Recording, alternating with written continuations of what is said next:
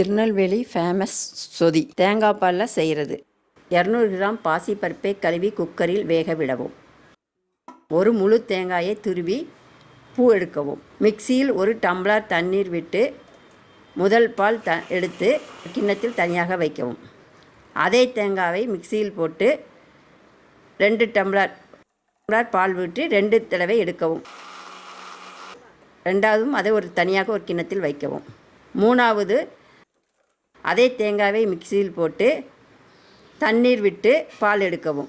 மறுபடியும் அந்த தேங்காய் போட்டு 2 டம்ளர் அல்லது நமக்கு தேவையான பால் எடுக்கவும். மூணாவது தேங்காவை ப்ரெஷர் ஃபேனில் எண்ணெய் காய வைத்து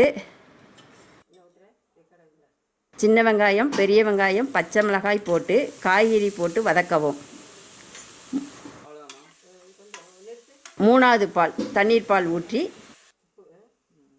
உப்பு போட்டு வேக விடவும். வெந்தவுடன் வேறொரு பாத்திரத்தில் மாற்றவும். சின்ன ஜாரில் 5 பச்சை மிளகாய், 10 பூண்டு பல், 1 துண்டு இஞ்சி போட்டு கொர என்று அரைக்கவும்.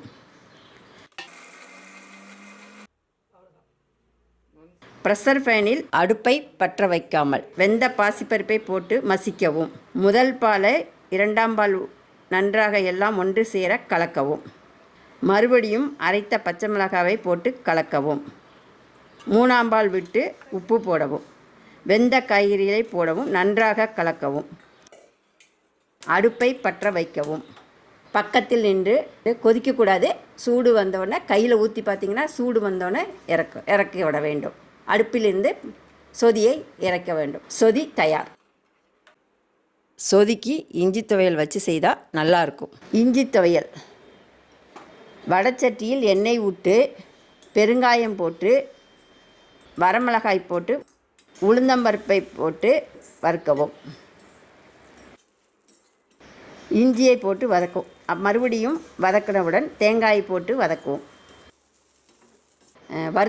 வறுத்ததை ஆறுனவுடன் மிக்சி ஜாரில் போட்டு அரைத்து உப்பு புளி போட்டவுடன் தண்ணீர் ஊற்றி மறுபடியும் அரைக்கவும்.